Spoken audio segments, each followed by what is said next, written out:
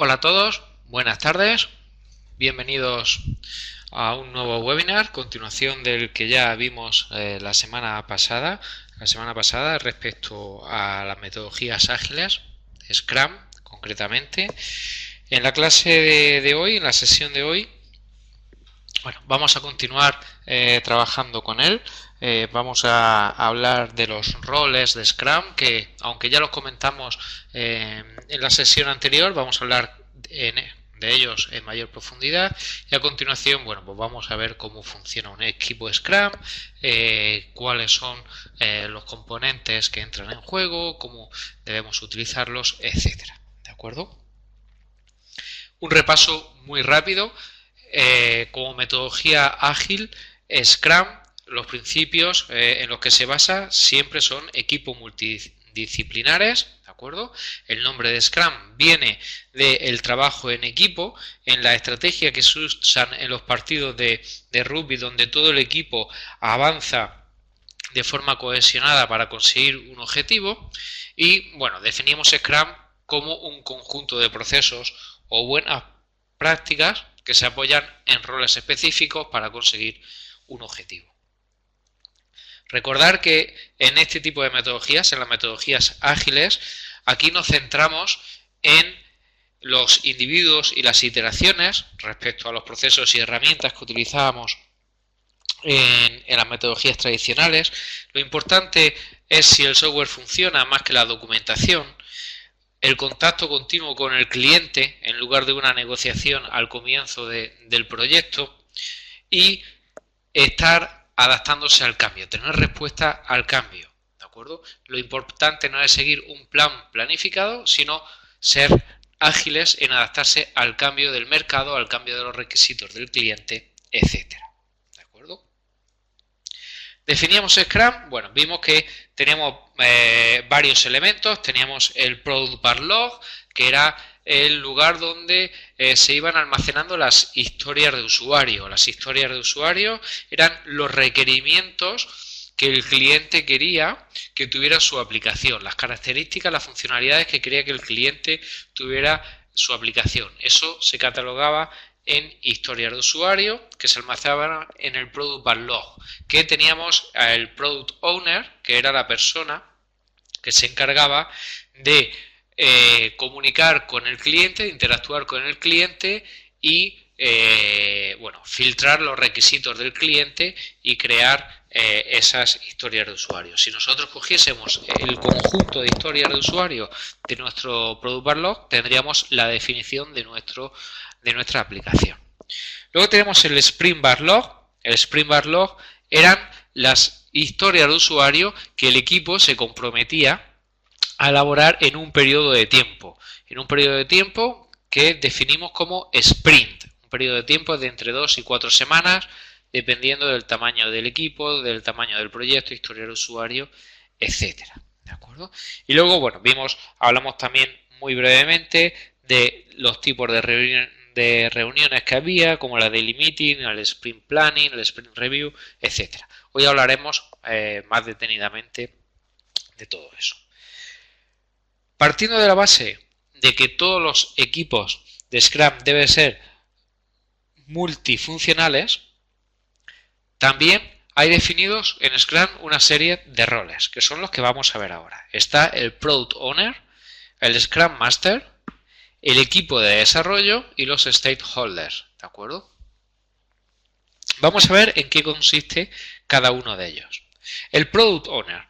El Product Owner, como ya comentamos, es el representante de todas las personas interesadas en el proyecto, tanto internas como externas. Es decir, es la persona que se dedica a interconectar al equipo de desarrollo con los requisitos del cliente. Por lo tanto, tiene que ser una persona que tenga conocimientos técnicos para poder interactuar con el equipo de desarrollo, pero además tiene que tener un conocimiento de mercado muy amplio para interactuar con el cliente y ofrecer soluciones al cliente, ¿de acuerdo? Y es la única persona que tiene autoridad para decidir qué se hace y qué no se hace y cuál es la prioridad. Es quien define la prioridad de las historias de usuario, de los requisitos que se establecen, que se incluyen en el backlog. ¿De acuerdo? Por lo tanto, dentro de sus responsabilidades está definir los objetivos del proyecto, es el propietario de la planificación, debe de estar disponible para responder dudas del equipo. Cuando el equipo le surja una duda, puede preguntársela en cualquier momento. Es también el encargado de presentar los costes del desarrollo a la dirección de la empresa, etcétera, ¿de acuerdo? Dentro de sus obligaciones, ¿cuáles son? Bueno, pues como es el propietario del Product Backlog, ¿de acuerdo?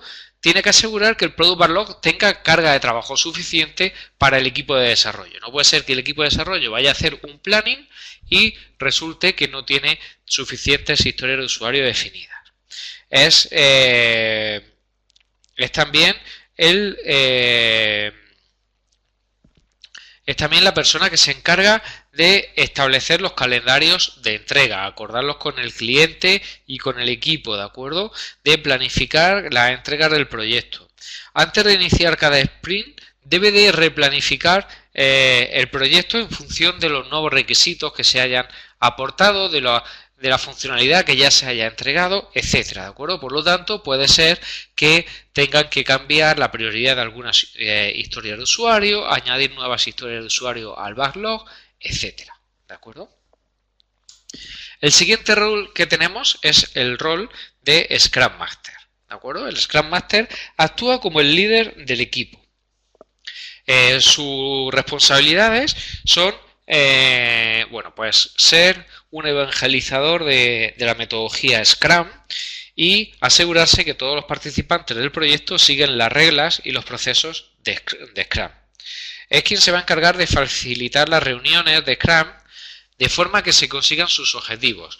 Es la persona responsable de que si hemos creado una reunión y estamos en una reunión de planning, que lo que allí se trate sean asuntos relacionados con el planning y no nos vayamos por las ramas o tratemos otros asuntos que no son los propios de esa reunión. También es el encargado de verificar que el equipo está compuesto por los perfiles necesarios para poder realizar todas las tareas que se acometen. Si necesitamos un desarrollador web, pues necesitaremos, él será el encargado de hablar con el Product Owner y bueno, pues solicitar ese nuevo recurso, o si necesitamos un diseñador, etcétera, ¿de acuerdo? Y otro de sus objetivos es enseñar al equipo a autogestionarse, ¿de acuerdo? ¿Qué quiere decir con eso? El Scrum Master no es un jefe y no es ni papá ni mamá. Es decir, él no debe de solucionar los problemas, te tiene que ayudar a encontrar la solución. Es una persona que, en cierto modo, además, también tiene que hacer cuestiones, plantear cuestiones al aire para que el equipo reflexione sobre ellas, ¿de acuerdo? Y intente mejorar por sí mismo. ¿Qué responsabilidades tiene como Scrum Master? Bueno, pues quitar los impedimentos que le puedan surgir al equipo durante cada sprint, ¿de acuerdo? Es decir, si vienen un jefe de departamento que necesita ayuda de un programador para otro proyecto, bueno, no puede ir directamente a él, tiene que hablar a través del Scrum Master. El Scrum Master tiene que evitar a toda costa sacar a ese programador del sprint, ¿de acuerdo? Y si en el peor de los casos hubiera que sacarlo, bueno, pues que sea lo menos impactante para el equipo, ¿de acuerdo? Por lo tanto, tiene que intentar de proteger y aislar al equipo de cualquier tipo de interrupción que haya. También es el encargado de asegurar, bueno, pues que las cosas que se están haciendo bien y con calidad, ¿de acuerdo? Si estamos desarrollando, pues comprobar que el desarrollo tiene tests, que se están haciendo las reviews, que las reviews que se están haciendo del código son correctas, etcétera, ¿de acuerdo?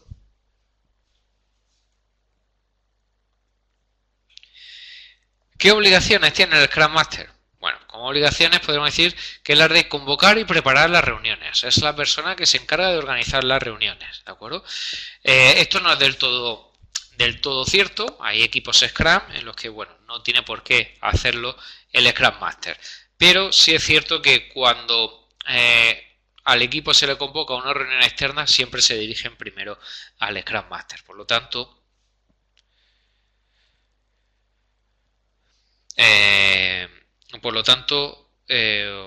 no hay no habría problema, ¿de acuerdo? De verificar que el Product Backlog está priorizado y valorado antes de cada sprint. Debe de preparar los sprints, el material, la documentación, ver si hay algún impedimento durante el sprint, alguna persona que esté de vacaciones, que esté de baja, etcétera, ¿de acuerdo?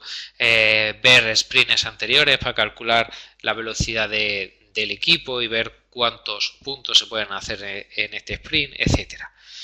Velar porque los paneles se encuentren actualizados, los paneles y las pizarras, que veremos más adelante, y mantener al día las herramientas del control, como pueden ser el Bar Down Chart, ¿de acuerdo? Y también preparar las presentaciones para las Sprint Review. Y por último tenemos el rol del equipo de desarrollo, ¿de acuerdo?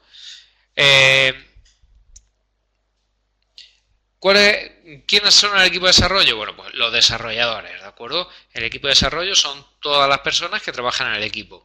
En algunas ocasiones, incluso el Scrum Master. El Scrum Master es un desarrollador que a tiempo parcial hace labores de Scrum. ¿Cuáles son las responsabilidades que tiene el equipo? Bueno, pues el equipo tiene que estimar la complejidad de cada historia del backlog. Son ellos los encargados de evaluar la capacidad que tienen, la complejidad de las user stories y cómo realizarla. Deben de realizar cómo realizar el trabajo. Cada user story tendrán que analizarla, identificar distintas tareas que comprenda esa user story, dividirla en tareas y entre el equipo planificar cómo se van a desarrollar esas tareas. Una vez que está hecho todo este análisis, es necesario estimar un esfuerzo para realizar cada tarea. Con este esfuerzo es el que utilizaremos luego para hacer las planificaciones. Muy importante, deben de comprometerse a completar los sprints. Es decir, ellos mismos, el propio equipo de desarrollo, es el que va a valorar las historias de usuario y el que va a planificar qué historias de usuario va a hacer por sprint. Por lo tanto, él mismo, si él mismo lo ha valorado y él mismo lo ha completado, pues debe ser capaz lo ha planificado, debe ser capaz de comprometerse a hacer lo que ha dicho que va a hacer. A ver, veo una pregunta en el chat, Sergio. No, el Scrum Master no es un jefe, no son jefes. No tienen por qué ser jefes. Bueno, no tienen por qué ser jefes, no es un jefe, no es un rol de jefe, ¿de acuerdo? No es un jefe de proyecto.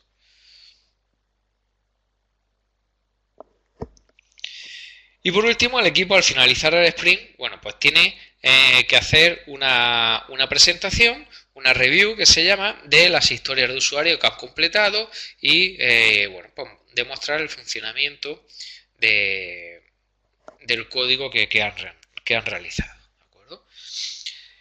Y a colación de lo que hablábamos antes del Scrum Master, otra de las misiones del equipo de desarrollo es la mejora continua, ¿de acuerdo? Buscar la forma de mejorar constantemente, ¿de acuerdo? Por eso, con ayuda del Scrum Master, que, bueno, siempre les pinchará, les hará preguntas, les dará opiniones, para que el equipo siempre esté pensando y siempre esté viendo cómo pueden mejorar.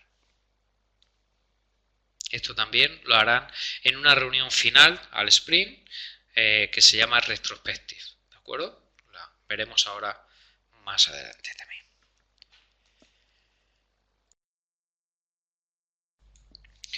¿Qué obligaciones tiene el equipo? bueno, pues comprometerse a completar los sprints, como hemos hablado anteriormente, participar en las reuniones de Scrum, colaborar con el buen funcionamiento de las herramientas de control, deben de mantener actualizadas pues el estado de las tareas, el progreso de las tareas, comunicar si tienen ausencias durante el sprint, etcétera, ¿de acuerdo? Y participar en la mejora continua. ¿Cómo? Pues en las daily meeting, que veremos más adelante, pues tendrán que decir qué dificultades tienen para realizar su trabajo. En las retrospectives propondrán mejoras a realizar, etcétera. ¿Qué perfiles se pueden dar dentro de un equipo? Bueno, pues aquí hay 4 perfiles en general, aunque Scrum dice que no debe haber perfiles, que deben de ser equipos multidisciplinares en los que todos los miembros del equipo son capaces de realizar todas las tareas. Sin embargo, bueno, pues hay ocasiones en las que esto no es así y sí hay especializaciones de los miembros del equipo. Normalmente un business analyst, que es una persona con perfil parecido al jefe de proyecto o es un analista experto, de forma que bueno, conoce la arquitectura de la aplicación, de la solución, conoce también aspectos externos, comerciales del producto, y en ocasiones, bueno, pues es el que se encarga de diseñar la arquitectura de la solución. Luego están los desarrolladores, que son personas con perfil de desarrollador o programador. Entre todos se supone que deben de disponer de la capacidad técnica suficiente para poder afrontar el proyecto. Luego tenemos los testers o los consultores de calidad, que los que se encargan de diseñar el plan de test y realizar tanto las pruebas unitarias como las pruebas de rendimiento del código. Y los documentalistas o technical writers, que se dedican a realizar la documentación, ¿de acuerdo? Ya os digo que normalmente desarrolladores, testers y documentalistas bueno, son roles que habitualmente no están específicos, sino que los hace la misma persona. De hecho, hay teorías que dicen que un tester no es necesario, porque si los desarrolladores tienen que testear, al cabo de un tiempo tendrás todos los tests automatizados, porque ningún desarrollador quiere testear. Por lo tanto, ya se inventarán la forma de automatizar esa ejecución de test. Y la documentación, como veis en las metodologías ágiles, no es una cosa exhaustiva, que deba hacerse de forma exhaustiva, por lo que bueno, cualquier desarrollador está capacitado para documentar el código que está realizando.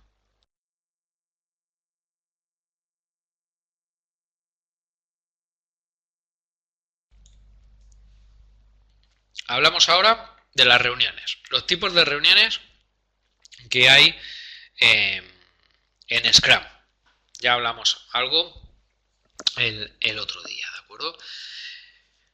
Tenemos reuniones de release planning, sprint pre-planning, sprint planning, daily scrum, sprint review y sprint retrospectives, ¿de acuerdo? Esos son los tipos de reuniones que hay. ¿Cuándo hacemos cada una de ellas y quién debe de aparecer en cada una de ellas? Bueno, aquí en este gráfico, como podéis ver, bueno, dan una orientación del número de horas o el número de días, ¿de acuerdo? Que se dedican a cada una de estas fases, ¿de acuerdo? En la fase de release planning, bueno, pues nos dice que son 8 horas, el pre-planning 2 horas, el sprint planning entre 4 y 8 horas, el sprint nos dice que son entre 15 y 30 días, donde vamos a tener las daily, que son 15 minutos, el sprint review 2 horas y la retrospective entre 1 y 2 horas. Pero bueno, vamos a verlas detalladamente cada una de ellas. Tenemos las sesiones de valoración o sizing, ¿de acuerdo? Estas sesiones, si volvemos al gráfico anterior, tenemos una primera etapa donde el cliente se reúne con el Product Owner. Y el cliente lo que le expresa son las necesidades que tiene.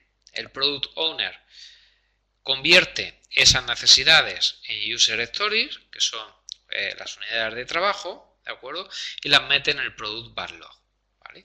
Una vez que están definidas y priorizadas en el Backlog, recordar, a alto nivel, no a nivel técnico, se produce la sesión de sizing o grouping, que se llama, ¿de acuerdo? Esta reunión la tiene el Product Owner con el equipo.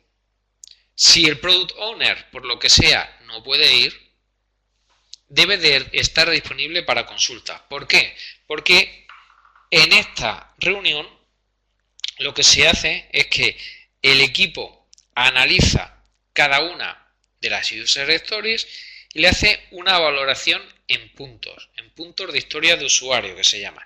Esa valoración en puntos se hace por la complejidad que pueda tener esa User Story. ¿Cómo se hace esto? Bueno, pues se lee cada historia de usuario. Si no está clara, se solicita aclaraciones al Product Owner y a continuación, mediante un juego de cartas que se llama un Planning Poker, ¿de acuerdo? El equipo le asigna un peso a cada User Story. Ahora más adelante hablaremos de qué criterios se utilizan para hacer este Planning Poker. Luego tenemos la sesión de Release Planning, que es un cálculo aproximado de los puntos disponibles y asignación del contenido provisional a cada sprint. Es decir, se hace una replanificación para ver, bueno, cómo vamos en la release y cuándo podríamos hacerse, ¿vale? El siguiente tipo de reunión que tenemos es la reunión de pre-planning. La reunión de pre-planning se realiza antes de que comience el sprint y lo único que se hace en ella es confirmar los puntos disponibles, ver qué recursos vamos a tener disponibles para el sprint, cuál es la velocidad, etcétera. Por lo tanto, esta reunión suele tenerla el Scrum Master con el equipo, ¿de acuerdo? Una vez que ya tenemos toda esta información, bueno, pues una vez que se ha validado todo, pues eso ya no se puede modificar para llegar a la planificación del sprint. Es decir, ya el backlog no se podría modificar, no podría llegar nada con mayor prioridad, etcétera, ¿de acuerdo? Y ahora llegamos a la reunión de la planificación del sprint. Ya tenemos nuestro backlog, tenemos nuestras historias puntuadas, ¿de acuerdo? Y queremos decidir qué historia de usuario vamos a hacer en nuestro sprint, en nuestras próximas 3 semanas, ¿de acuerdo? Para ello, ¿qué hacemos? Bueno, cogemos la historia de usuario, normalmente por prioridad, hasta que llegamos al número de historias de usuario, al número de puntos de historia de usuario que tenemos como velocidad de equipo, ¿de acuerdo?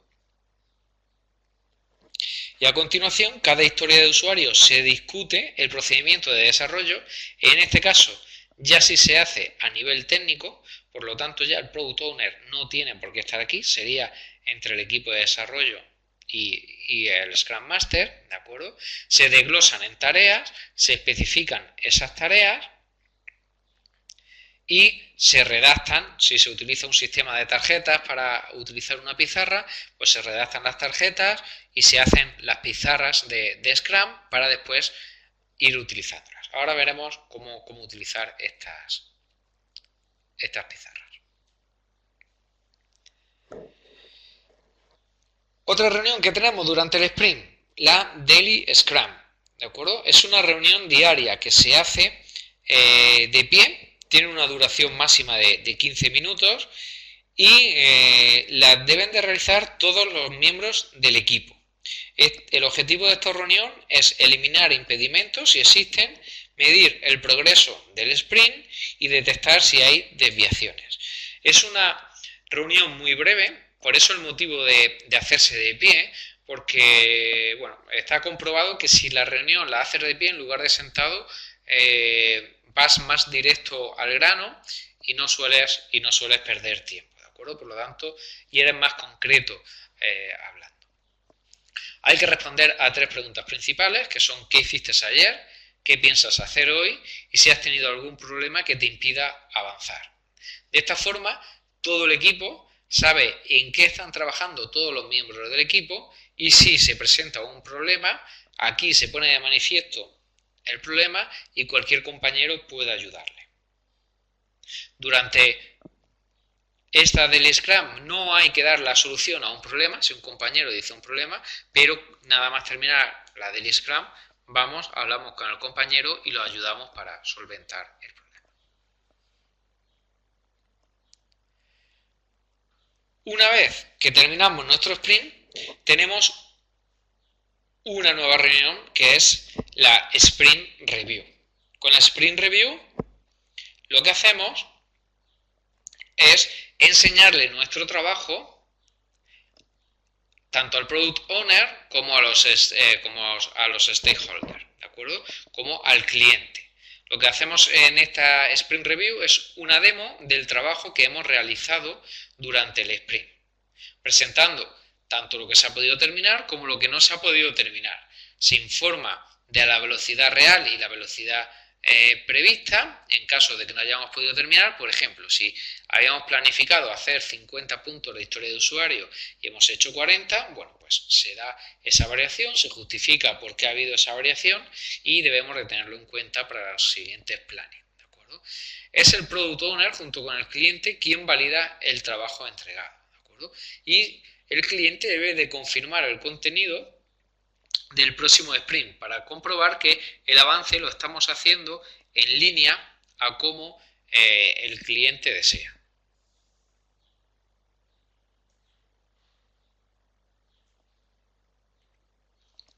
Hablábamos antes de las pizarras, Bardown, gráficas.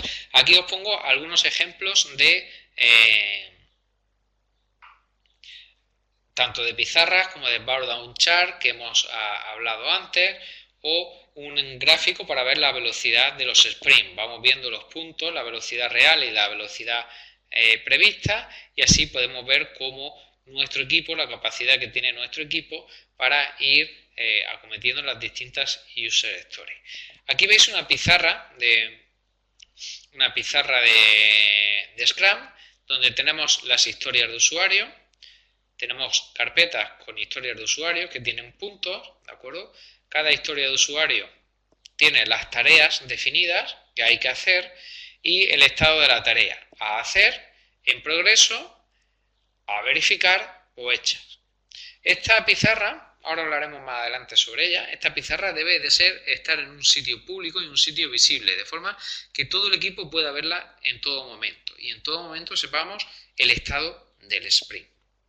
Luego tenemos las gráficas de velocidad, el Bardown, que es, bueno, hay teóricos que dicen que esta gráfica no es necesaria porque, bueno, no es del todo fiable, no refleja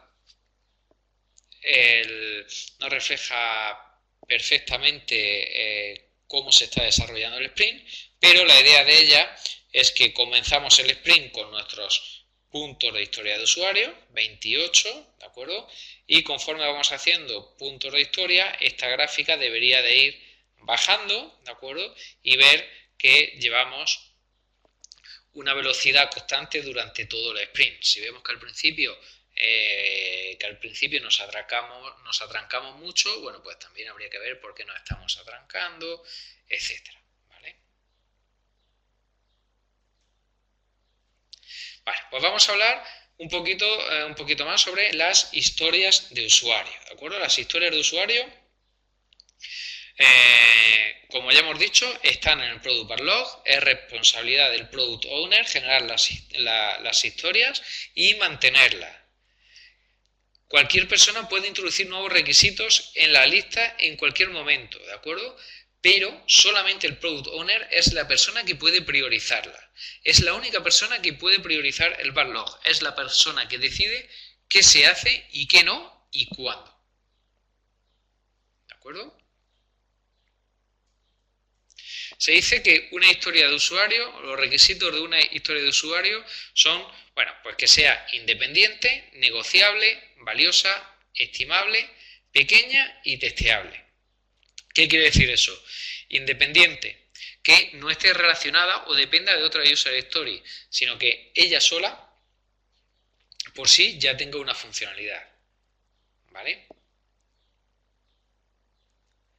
Negociable, bueno, pues que se pueda negociar con el cliente, con el equipo, valiosa, que realmente aporte un valor, estimable, que se pueda calcular el esfuerzo necesario para realizarla, pequeña, lo más pequeña posible. Las historias de usuario deben de ser lo más pequeñas posible. Si una historia de usuario puede subdividirse en dos, perfecto, se haría.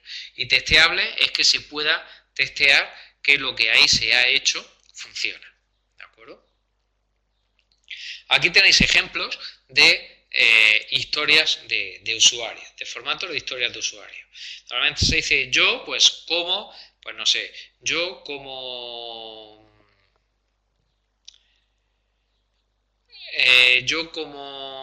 yo como alumno quiero sumar dos números para poder obtener el resultado, ¿de acuerdo? O aquí veis otro ejemplo, una historia, registrarse como lector del blog, quiero suscribirme al blog para poder realizar comentarios a las entradas de mi interés. Pues la historia de usuario es hacer un registro, ¿de acuerdo?, que te permita suscribir a un blog. Otra historia de usuario podría ser ingresar al blog, leer el blog.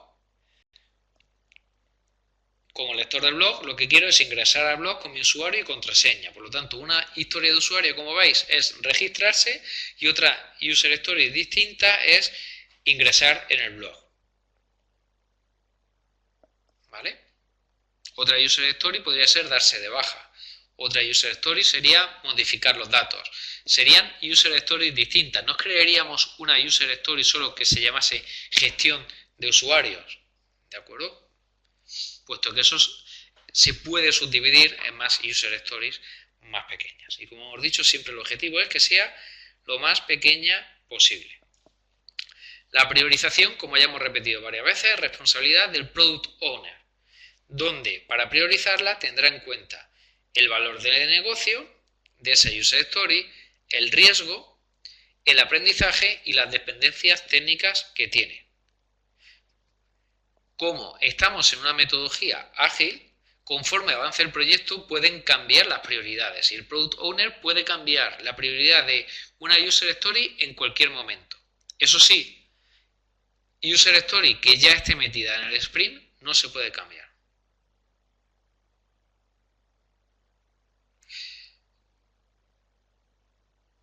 Sergio, aquí no tenemos diagramas de estado, ni de clases, ni nada de eso.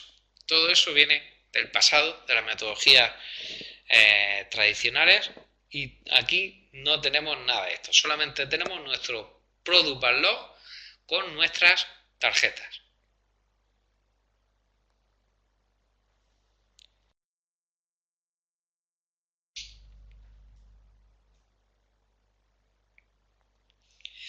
¿Cómo estimamos nuestras historias de usuario? Bueno, pues hay varios factores que nos van a afectar a la estimación. Por un lado, el grado de detalle de la definición de la historia de usuario, la tecnología que va a emplear, los conocimientos del equipo de desarrollo. También nos va a afectar incluso el estado de ánimo.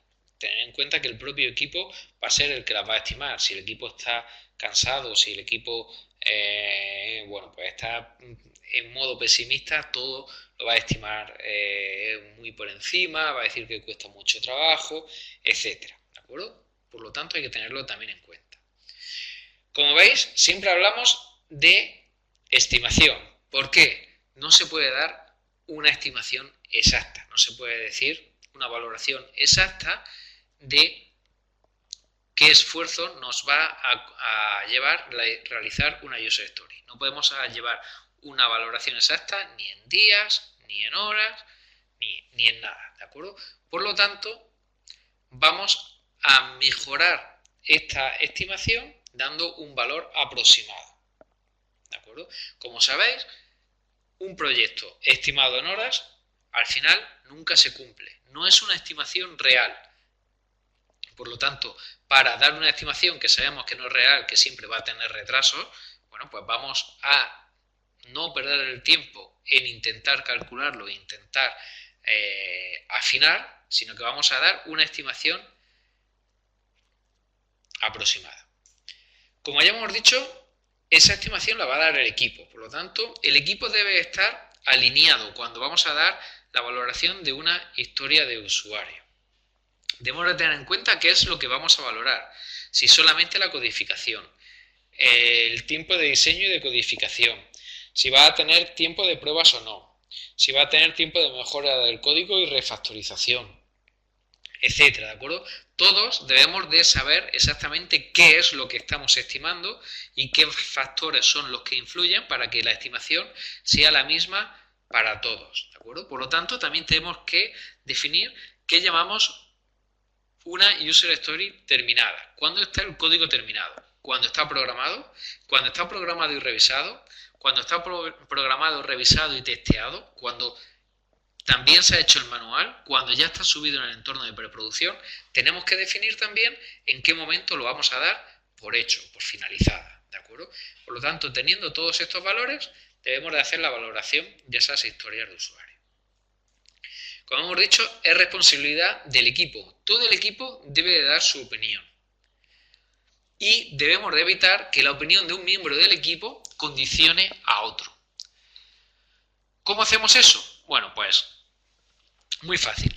Tradicionalmente, cuando se hacía estas valoraciones de la historia del usuario y se hacía en voz alta por todos los miembros del equipo, imaginar que tenemos un equipo de 5 personas, bueno, pues normalmente de forma inconsciente, pues describimos una historia de usuario, la comentamos y nos disponemos a dar la valoración. Muchas veces, mientras que la describimos y la comentamos, pues puede ser que alguien esté pensando en tomarse una cerveza, otro desarrollador esté durmiéndose y cada uno de los otros, bueno, pues tenga una valoración totalmente distinta, ¿vale? Y bueno, cuando decimos, venga, vamos a votar, venga, ¿cuánto pensáis que, qué dificultad pensáis que tiene esta historia de usuario? Y uno de ellos dice, pues yo creo que esta historia de usuario tiene 3 puntos. Al decir esta votación en voz alta ya estás condicionando al resto.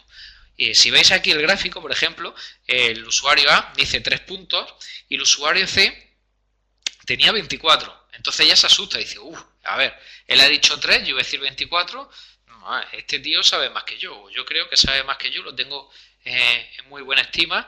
Pues si él dice 3, yo creo que lleva razón. Pues yo le voy a poner un 7. ¿Vale? Le voy a decir que tiene 7 puntos, tampoco los 24 que he dicho, pero bueno, un poquillo más. El usuario B dice, bueno, pues yo le había puesto 12, pues le bajaré también un poquillo para que no parezca que yo soy el tonto del grupo. Venga, pues 5, con 5 puntos se hace. El usuario E y el usuario D, que estaban durmiendo y pensando en sus cosas, pues como no se han molestado ni en atender, pues ¿qué has dicho? 3, pues 3 puntos, sí, coincidimos contigo, 3 puntos, ¿vale? Por lo tanto, al final estamos teniendo una opinión totalmente condicionada por la primera persona que ha formulado esa valoración. ¿Cómo podemos evitar que esto se produzca? Con el poker planning, con las cartas de planning, ¿de acuerdo? Como todo el equipo debe dar su estimación, esta estimación se debe de realizar al mismo tiempo y no puede dejarse influenciar por el resto, ¿de acuerdo? Para ello hacemos uso de estas cartas de planning, donde cada miembro cuenta con un conjunto de cartas y todos deben demostrar la carta con la puntuación al mismo tiempo. Por lo tanto, cada uno hace su puntuación, la pone en medio de la mesa boca abajo y cuando todo el mundo haya puesto su puntuación en medio de la mesa boca abajo, se levantan todas y se ven las puntuaciones. Aquí tenéis un ejemplo, ¿de acuerdo? acuerdo? No existen cartas con todos los valores posibles, puesto que lo que estamos haciendo es una valoración estimada. Por lo tanto, si valorásemos la historia de usuario, por ejemplo, de 1 a 10 puntos y tuviésemos el 1, el 2, el 3, el 4, el 5, ¿cuál sería la diferencia entre un 4 y un 5? O entre un 3 y un 4? Es difícil. Entonces, bueno, lo que hacemos es valorarlas con valores proporcionales. Normalmente la sucesión de Fibonacci, si no mal recuerdo, y tenemos las cartas del 1, el 2, el 3, el 5, 8, 13, ¿de acuerdo? Etcétera. ¿Cómo valoramos? Bueno, pues podemos valorar de 2 puntos. ¿Cómo le damos esa valoración a las User Stories? Podemos valorarlas por días laborables, ¿de acuerdo? Cada punto, podemos decir, bueno, pues una historia de usuario que nos lleva un día le vamos a dar 2 puntos. Una User Story que ocupa 5 días le vamos a dar 8 puntos. Así, ¿de acuerdo? O podemos hacerlo por valores relativos por el tamaño de las User Story. Es decir, pues a una User Story que sea pequeña le voy a dar 1 punto, a una User Story que sea mediana le voy a dar 3 puntos y a una User Story que sea grande le voy a dar 5 puntos. ¿De acuerdo? Por lo tanto, le doy un valor relativo dependiendo de las User Stories. ¿De acuerdo? A mí me gusta mucho más esta segunda forma. Yo es la que estoy practicando, con la que estoy trabajando, y con el tiempo es bastante fiable. Si es cierto que al principio, bueno, pues fallas un poco, de vez en cuando alguna User Story se te va de las manos, pero en general, cuando ya tienes cierta experiencia, es bastante fácil y bastante cómodo hacerlo así, más que por horas, ¿de acuerdo? Aunque al final también es cierto que el subconsciente en ocasiones te lleva a pensar en horas, ¿no? Cuando le das el tamaño, muchas veces dices, bueno, esto es fácil de hacer, pero me va a llevar mucho tiempo, por lo tanto le voy a añadir un poco más de dificultad, de entidad.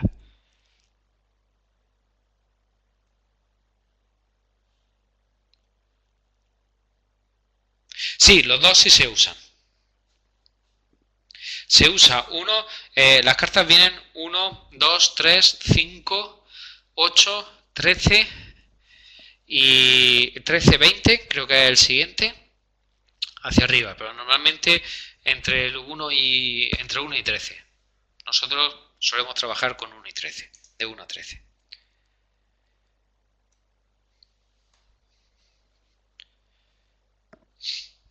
Bueno, hablemos de la planificación del sprint, como hemos dicho anteriormente, de la reunión de planificación.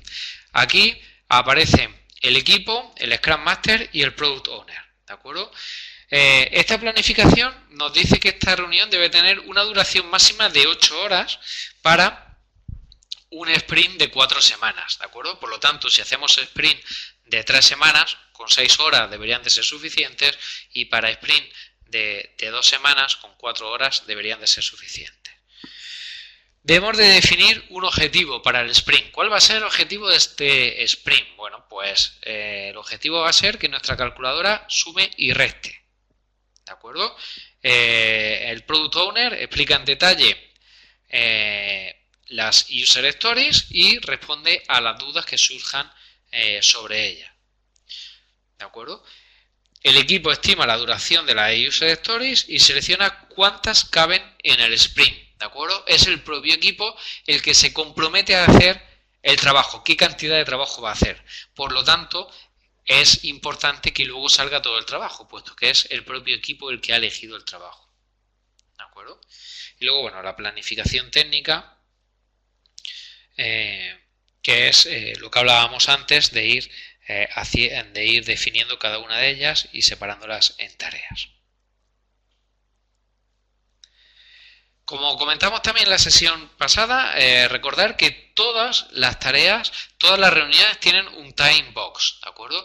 Todas las reuniones tienen una duración predeterminada para ayudarnos a enfocarnos en los problemas. El Scrum Master es el encargado de asegurar que se cumplan. En ocasiones, el Scrum Master tiene que desconvocar la reunión, cancelar la reunión, aunque no haya terminado, aunque no se haya finalizado, ¿de acuerdo? Es cierto que esto puede ser traumático, pero para la próxima reunión nos ayudará a todo el equipo a mantener el foco y a centrarnos en las cosas que estamos tratando. Las reuniones diarias, las daily meeting, duran 15 minutos. La reunión de planificación, 8 horas, etcétera. Y esos son los límites. No pueden durar más de ese tiempo. Si duran más de ese tiempo, las cancelamos, ¿de acuerdo?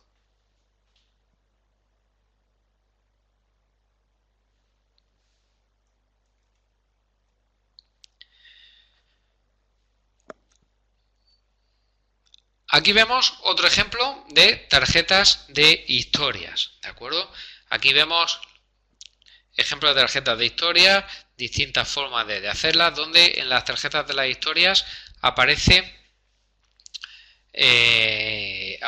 pues la prioridad, la estimación, el riesgo que puede tener, por supuesto el título y la descripción, si tienen algunas dependencias, si tienen las condiciones de satisfacción, etcétera, ¿de acuerdo? Por lo tanto, una vez que ya tenemos todo esto definido, lo siguiente que podemos hacer es comenzar el sprint, ¿de acuerdo? Cuando comenzamos el sprint, todos los miembros del equipo tienen que tener claro el sentido de cada historia de usuario, el conjunto de historias de usuario que se abordarán en ese sprint y el desglose en tareas, ¿de acuerdo?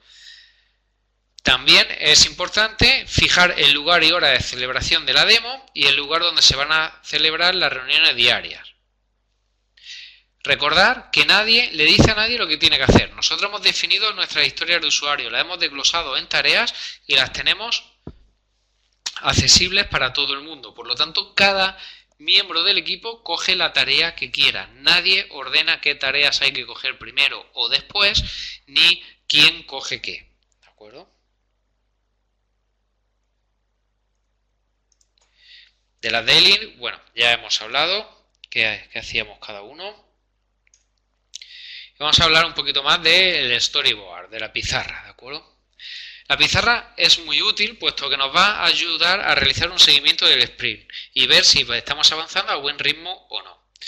Debe estar visible para todo el equipo y todo el tiempo, de forma que con un solo vistazo, bien ya hay pizarras digitales en las que puedes ver a través de un navegador, una aplicación, puedes tenerlo en tu pantalla, o pizarras físicas, pues en las mesas donde trabajan el equipo de desarrollo, de forma que solamente levantar la cabeza de un vistazo puedas ver la pizarra y puedas ver el estado general del sprint.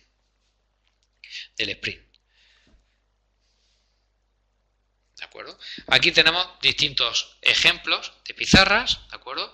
Donde tenemos distintas user stories con distintos estados. A hacer, en progreso o hechas. O pendiente, trabajando y hecho. Algunas incluyen también el bar down del sprint. Otras incluyen otros gráficos que nos pueden servir de ayuda. Y bueno, esto es a nivel teórico. Y aquí veríais, bueno, pues distintos tipos de pizarras a nivel práctico. Estos son pizarras reales de equipos de trabajo.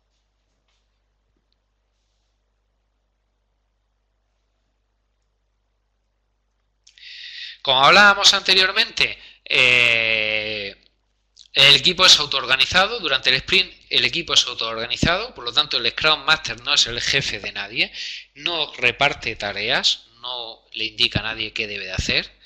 Cada miembro elige individualmente a qué se va a dedicar cada día y cómo puede ser más útil para que el equipo consiga el objetivo del sprint. Y el Scrum Master es el encargado de eliminar los impedimentos detectados por el equipo, ¿de acuerdo? Es él el que se encarga de que nada interfiera en el progreso del equipo. De la Sprint Review, bueno, pues como decía, es una reunión abierta en la que vamos a demostrar que el trabajo que hemos realizado funciona. Vamos a repasar las historias que se han realizado durante el sprint y vamos a demostrar que funcionen, ¿vale? El objetivo de este Sprint Review es que todas las personas involucradas en el proyecto tengan una visión de cómo se está avanzando, cómo está trabajando el equipo y que aporte bueno, pues su punto de vista y dé también su opinión, ¿de acuerdo? Cuando esto va funcionando bien, que es normalmente, bueno, pues realmente para el equipo también es bastante confortable cada 3 semanas hacer una presentación del trabajo que han hecho y obtener la gratificación, bueno, y las felicitaciones de que el trabajo que han hecho ha merecido la pena.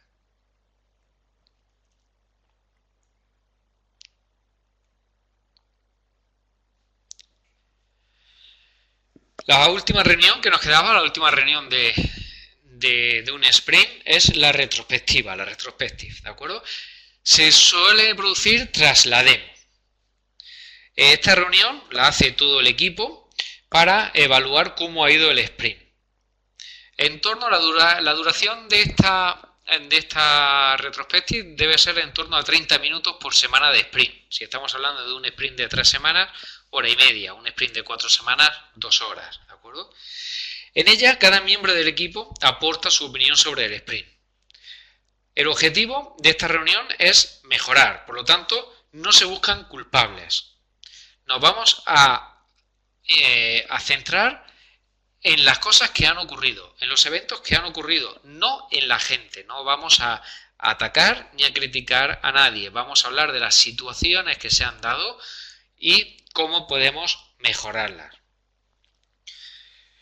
Normalmente se comienza, bueno, pues rompiendo el hielo, agradeciendo a otro miembro del equipo alguna aportación, actitud o ayuda que haya hecho, y a partir de ahí, bueno, pues podemos abrir un debate sobre cómo ha ido el sprint.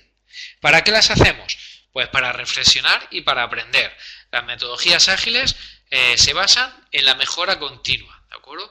Por lo tanto, hay unas preguntas básicas que deberíamos de tener siempre en mente cuando hacemos una retrospectiva, que son ¿qué hicimos bien?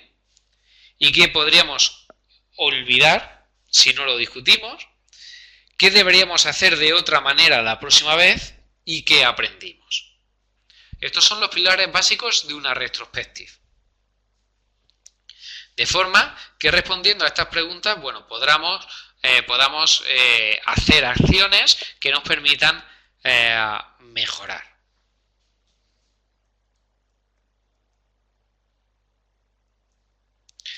¿Cómo podemos mejorar nuestra forma de trabajar respecto a qué? Bueno, hay muchos campos, no tiene por qué ser a nivel técnico solamente, puede ser a nivel de tecnología, de valores ágiles, del espacio de trabajo, la cultura empresarial que tenemos, competencias que tenemos cada uno de nosotros, las planificaciones, etcétera. Es decir, cualquier cosa que nos pueda aportar valor, ¿de acuerdo? Un ejemplo muy sencillo de retrospectiva, pues se suele hacer un cuadro dividido en 4 trozos donde cada miembro pone qué le gustó del sprint, qué no le gustó del sprint, qué nos gustaría para el próximo sprint y quién se merece un regalo, ¿de acuerdo? De forma que cada uno de los miembros del equipo pues aporta su opinión sobre estos topics y a partir de ahí, bueno, pues se establece un debate cuando alguien dice, pues a mí me gustó pues que este sprint ha estado muy relajado y por la mañana me ha dado tiempo a leer el marca por internet porque no he tenido mucho que desarrollar. Bueno, pues luego hablaremos sobre eso, por qué te ha sobrado tiempo, es bueno que te sobre tiempo o no, si a ti te ha sobrado tiempo y otro compañero puede decir que lo que no le gustó es que ha estado muy agobiado durante el sprint. Por lo tanto, se van viendo diferencias que a lo mejor pues hay que balancear el trabajo de otra forma, etcétera, ¿de acuerdo? Por lo tanto, ya os digo, siempre en actitud positiva. Estas retrospectivas siempre son en actitud positiva y enfocadas a la dinámica de equipo, ¿de acuerdo? acuerdo? Nunca a temas personales. Por lo tanto, es muy importante la actitud que nosotros llevemos ante una retrospectiva, ¿de acuerdo? Aquí hay 5 tipos de actitudes que podemos llevar. La 1 sería, sin problema, puedo hablar de cualquier cosa. La 2 es, hablaré casi de cualquier cosa, pero de algunos temas puede ser complicado. La 3, hablaré sobre algunas cosas, pero otras pueden ser difíciles de decir. La 4, no voy a decir mucho, dejaré que los otros saquen los temas. Y la 5, sonreiré, diré que todo es perfecto y estaré de acuerdo en todo. Si nuestra actitud es superior a un nivel 3, la retrospectiva no sirve para nada, es una pérdida de tiempo. ¿De acuerdo? Por lo tanto, si vas a ir a una retrospectiva con una actitud superior a 3, mejor que no se haga. ¿Vale? De esas retrospectivas, como os decía, deben de surgir iniciativas para aplicar mejoras, ¿de acuerdo? Para mejorar el equipo. Para cada mejora que salga, bueno, pues debemos de definir a alguien que se encargue de intentar implementar esa mejora o que se encargue de coordinar cómo se va a llevar a cabo esa mejora, etcétera. Si hemos sacado unas mejoras en las que nadie quiere trabajar, pero vemos que son importantes y que debemos hacerlas, pues tendríamos que analizar qué ocurre con ellas. A lo mejor es que no es tan importante, ¿de acuerdo? O tenemos que incentivar al equipo para que de alguna forma se animen a hacerla. Por lo tanto, las retrospectivas no irán bien si tenemos una de las actitudes que hemos dicho anteriormente o si la participación que tenemos es mínima, ¿de acuerdo? Por lo tanto, si las respuestas vienen de una sola persona, va a parecer que esa persona es el líder o que es la persona que lleva la voz cantante, va a coartar al resto del equipo. Si solamente participan unos cuantos, si todo el mundo es feliz, eso es falso. Tú metes en una sala a 6 personas, 7, 8 personas, no te puedes creer que las 8 personas durante las 3 semanas del sprint hayan sido totalmente felices y estén totalmente felices y no tengan nada que comentar. Es falso. Si hay un gran problema y nadie se atreve a sacarlo, ¿de acuerdo? Si hay un problema en el que todo el mundo sabe que hay un conflicto grande en el equipo, pero a todo el mundo le da miedo sacarlo y nadie lo saca. Y también, bueno, esta retrospectiva se recomienda que se hagan fuera del lugar de trabajo, del lugar habitual de trabajo, de forma que la gente se abra y sea una conversación mucho más distendida que una sala de reuniones de la oficina, por ejemplo, ¿vale? Hay equipos que incluso la hacen, pues se van a desayunar por la mañana a una cafetería o al mediodía se van a tomar un café, etcétera, y aprovechan para hacer esta retrospectiva.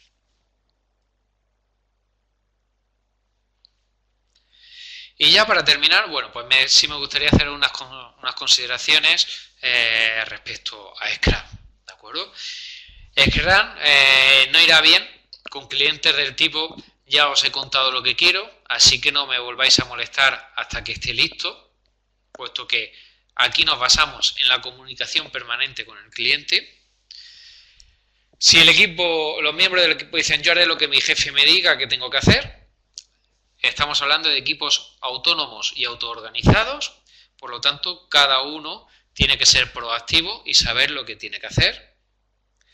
Si el Product Owner empieza a meter presión al equipo sobre cuánto tiempo queda, cuándo vamos a terminar, cuántos cambios nos están pidiendo, etcétera, el Product Owner debe, una vez que está el sprint planificado, debe de dejar trabajar al equipo sin interferir.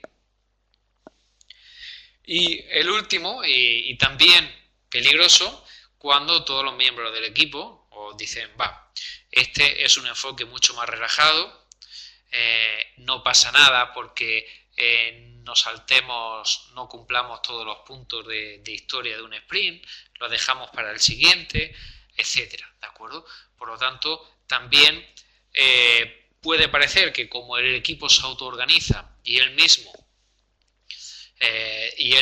planifica el trabajo que va a hacer, puede caer en la tentación de planificar menos trabajo que el que puede asumir, ¿de acuerdo?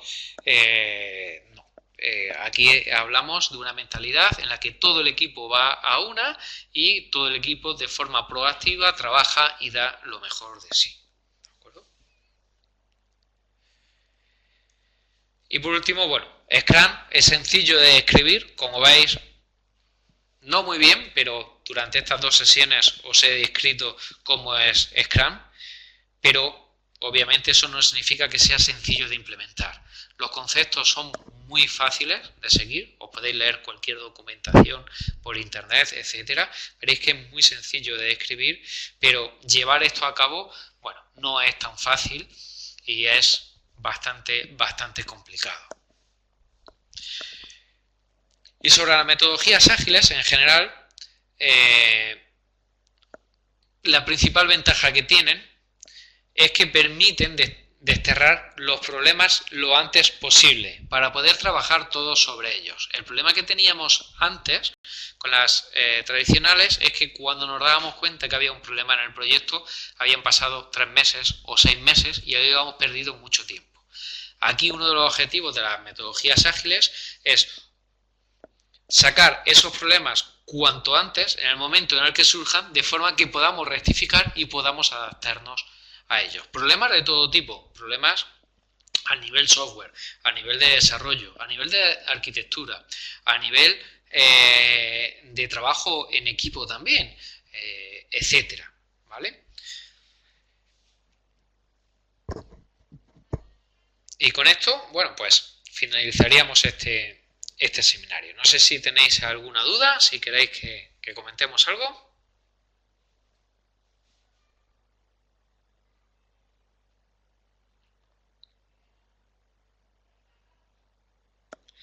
Bueno, pues espero que os haya... Scrum sirve también para tareas de mantenimiento. Scrum no se adapta del todo bien a tareas de mantenimiento, Jaime, porque las tareas de mantenimiento tienen una parte que no puedes planificar. Tú no sabes si te refieres específicamente a mantenimiento, sí, son tareas programadas. Ahora, si te refieres a tareas de mantenimiento y soporte, donde en cualquier momento te puede entrar que hay un servidor caído, cosas de este tipo, Scrum no se adapta muy bien a esto, a las incidencias, ¿de acuerdo? Pero hay otra metodología ágil que es bueno, muy parecida a Scrum, que se llama Kanban. Kanban está más orientado a sistemas de incidencia. ¿De acuerdo? Luego, de hecho, hay una mezcla de Scrum y Kanban que lo llaman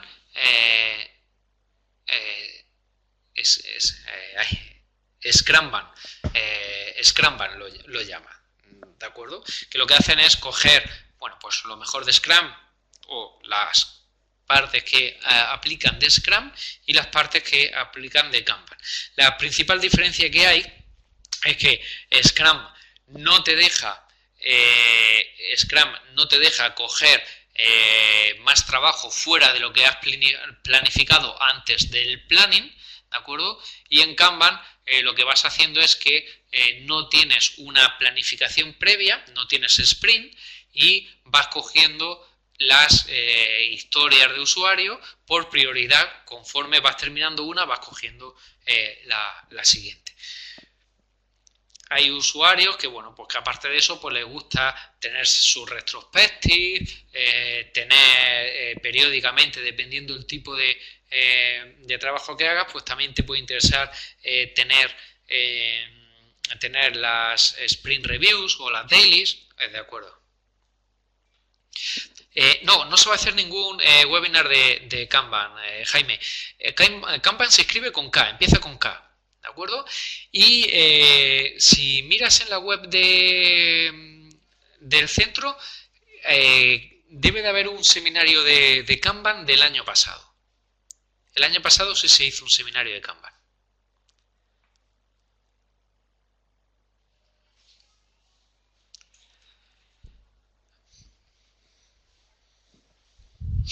Alguien más preguntaba, me preguntaba si Scrum está muy extendido.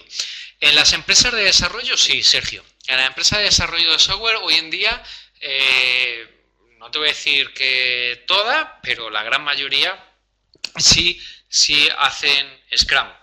Scrum o Kanban o cualquier otra metodología ágil, ¿de acuerdo? Están muy extendidas. También es cierto lo que hablábamos, lo que decíamos en la última transparencia.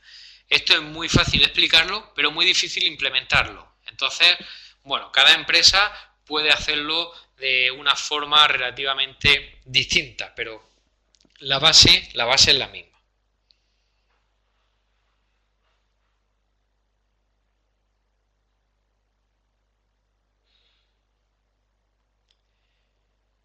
¿Alguna duda más?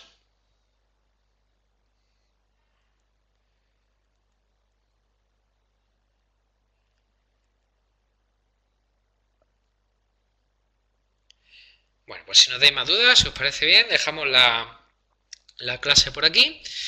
Y nada, que paséis un buen verano y espero que nos veamos el año que viene. Venga, un saludo a todos y buenas tardes. Que descansáis este verano. Hasta luego.